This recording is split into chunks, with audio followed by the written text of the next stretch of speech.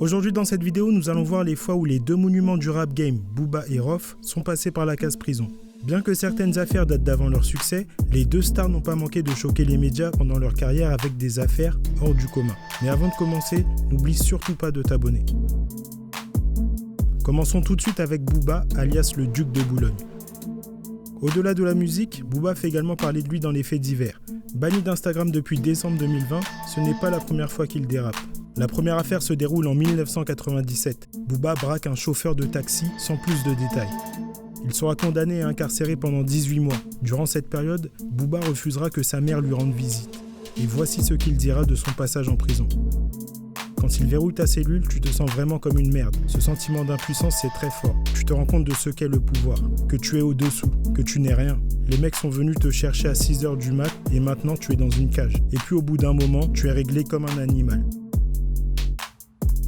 On est maintenant en avril 2002. Cette nuit-là, Booba est convié au studio 287 par DJ Cut Killer. À l'entrée, il est conduit par les agents de sécurité et parvient à entrer par l'entrée VIP. Vers 5h du matin, sa petite amie Estelle est importunée par Yannick, un jeune homme originaire d'Épinay, ville où Estelle est élevée. Une bagarre éclate et les videurs poussent tout le monde dehors à coups de bombes lacrymogènes. Sur le parking, une dizaine de jeunes s'en prennent à Booba. Des coups de feu retentissent et Ahmed est touché à l'abdomen. Il ne sent plus ses jambes, s'accroche à un videur avant de s'effondrer au sol. Pour Booba, qui nie toujours fermement avoir tiré et même assure qu'il n'a jamais été armé lors de cette soirée, il a bel et bien été agressé. Dans la bagarre à l'intérieur, il perd une chaussure qu'il veut récupérer car il était en chaussettes. Il indique qu'il parlait à un videur car il voulait récupérer sa basket quand il a entendu une première détonation. Il avait reçu plusieurs coups sur la tête et du gaz lacrymogène. Il ne connaissait pas ces gens d'Épinay. Ils étaient tellement acharnés qu'il pensait que les coups de feu lui étaient destinés. Il assure ne pas avoir vu la victime tomber et s'être dirigé vers sa voiture pour se sauver. Alors qu'il quitte le parking, il est gazé par Albert, un des videurs, et sa voiture reçoit plusieurs balles. Il s'avère que les balles reçues sur le véhicule de Booba correspondent au calibre qui a touché Ahmed. Tout le dossier de l'accusation repose sur le témoignage des videurs de l'établissement. Albert, témoin clé, affirme d'entrée qu'il a vu Booba, un client comme un autre, ouvrir le feu avant de prendre la fuite. Il décrit même l'arme comme un pistolet automatique chromé. Mais il omet de dire que lui-même est originaire d'Épinay et qu'il connaît la victime et ses amis. Ahmed n'a pas vu Booba lui tirer dessus. Maître Lebras, l'avocat de Booba, qu'il cite dans plusieurs de ses sons, a demandé la relaxe, soulignant l'incohérence et les contradictions des témoignages à charge. Selon sa version, Ahmed a été touché par une balle perdue. Booba a passé 3 mois en détention mais a finalement été libéré. Cette troisième affaire se déroule en 2005. Booba est contrôlé au volant d'une voiture de sport. Après vérification, les agents constatent qu'il s'agit d'un véhicule volé et embarquent donc Booba. Il est par la suite incarcéré pour vol de voiture et une nouvelle fois, son avocat Maître Lebras parvient à le faire sortir au bout de 15 jours.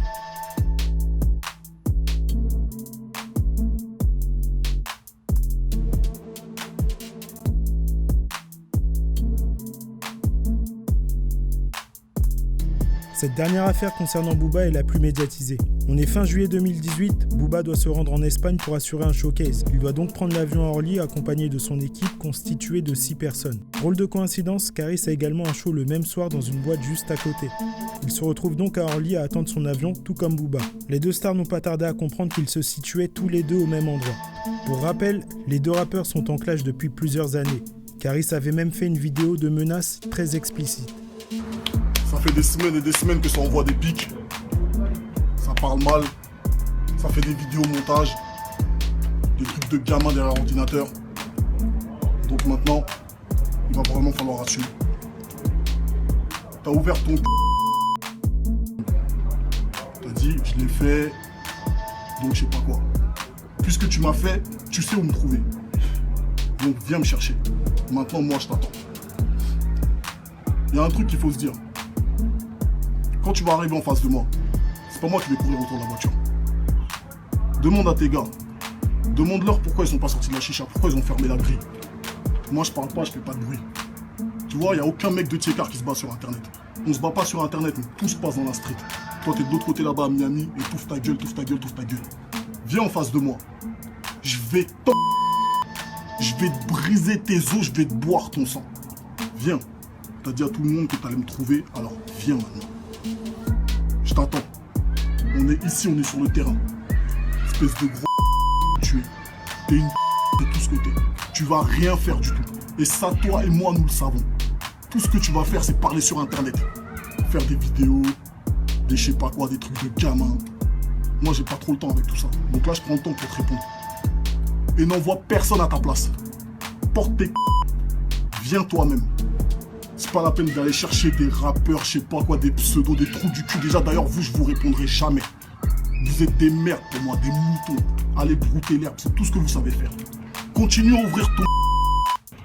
Il va être tellement gelard, tu vas voir ce que je vais rentrer dans ton clavier, ton ordi, jouer pour enfants, poussette, tout, je vais te briser en deux.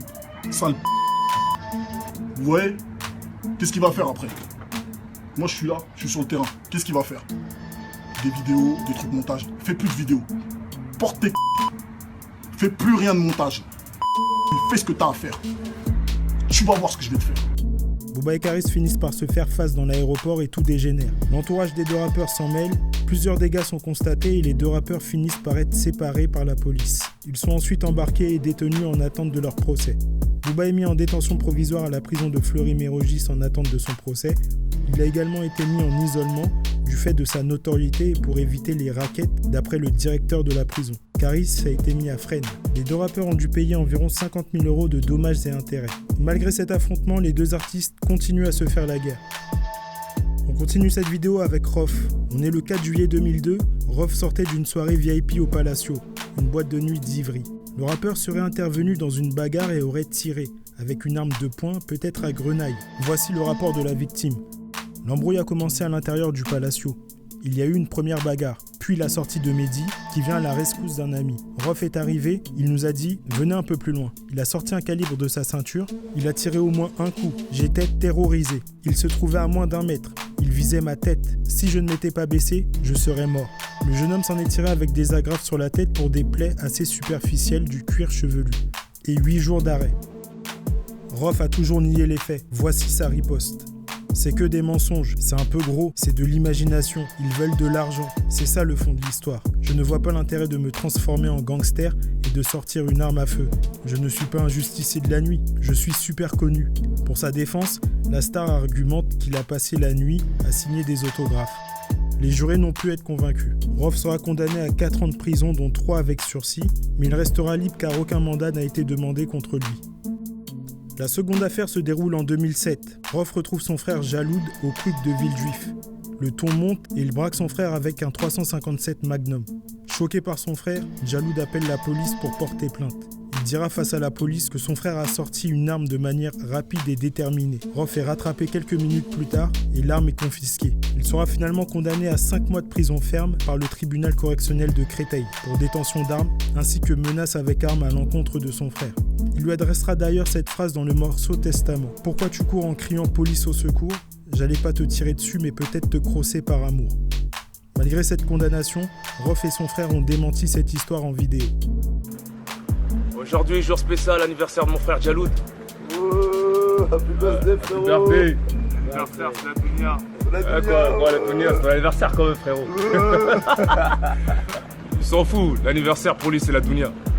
Et à la star des stars, IKI. Non, faut pas dire ça. On est en famille, Mkuboa Famille Industrie. Bon, on va régler un petit litige là.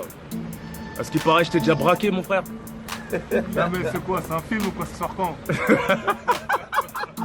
Je sais. Gaumont. Et il sort quand le film? Chez Gaumont. Chez Gaumont ou chez Gaulmont? Bon les frères, la famille c'est sacré. Faut pardonner et tout, s'en bat les reins. Quoi qu'il en soit, le sang c'est le sang. Cette dernière affaire a fait un scandale. On est en avril 2014, en fin d'après-midi. Rof et son équipe se rendent dans une boutique Uncut située dans le 1er arrondissement. Sur les vidéos de surveillance, on y voit Rof prendre à partie un vendeur et lui adresser plusieurs coups de poing. Par la suite, son équipe s'en mêle et passe à tabac le vendeur qui finira dans le coma. L'origine de cette histoire est douteuse, mais la raison qui revient le plus est que le vendeur aurait balancé l'adresse de Rof ainsi que celle de l'école de sa fille pour inciter des kidnappeurs. Après avoir payé une caution et aménagé sa peine, un bracelet électronique lui a été affecté. Il célébrera d'ailleurs cet enlèvement. Comme vous savez, le 4 décembre, l'album Lord of Game sort dans les bacs. Je répète, 8e album, Lord of Game sort dans les bacs. Ok, c'est plus une mixtape, c'est un album très puissant qui arrive, qui va s'écraser sur le rap français. Et j'ai une bonne nouvelle pour vous. Après 17 mois de port de bracelet, aujourd'hui 3 novembre, On va le retirer sous vos yeux. On voit le décompte. Ok. 10, 9, 8, 7, 6, 5, 4, 3, 2, 1, 0. Et voilà. C'est reparti comme en 46. Le 27 octobre 2017, Rof est condamné à 5 ans de prison ferme pour violence aggravée à la suite des faits qui lui sont reprochés en date du 21 avril 2014. Il fait appel. Le 6 juin 2019, sa peine est confirmée. Il est libéré 5 mois plus tard, le 22 novembre de la même année. Cette vidéo prend fin, n'oublie surtout pas de partager et liker. À la prochaine.